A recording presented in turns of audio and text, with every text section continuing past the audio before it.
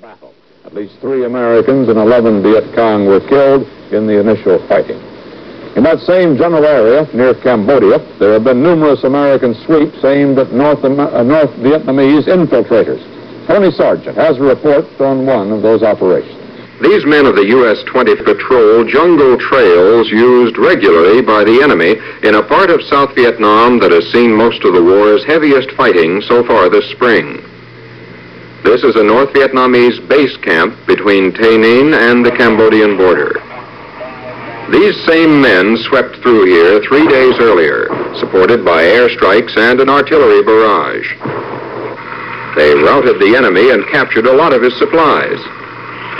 But when the Americans pulled back into their fire base, air surveillance revealed some enemy troops had come back into this area. This probably means there are more weapons caches yet to be found and destroyed. So these men are having to go through the same motions all over again. A machine gun crew fires through the next area to be searched.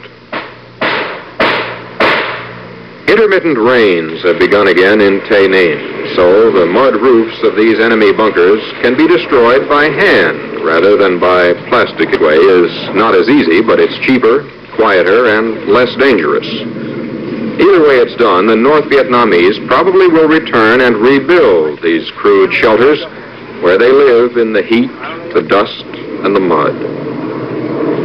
This flimsy little North Vietnamese cooking hut sort of symbolizes the reason that U.S. troops may yet be in South Vietnam for quite a while, because you come through and tear it down one day, 3 days later you come back and there it is again. BS News with troops of the U.S. 25th Infantry Division. South Vietnam's Information Minister.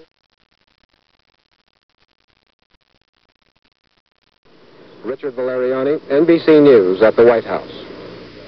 Enemy forces carried out 2 ambushes of American troops today. One occurred 80 miles northwest of Saigon near the Cambodian border, and the other one 29 miles north of Saigon. The fighting on the Cambodian frontier continued into the night.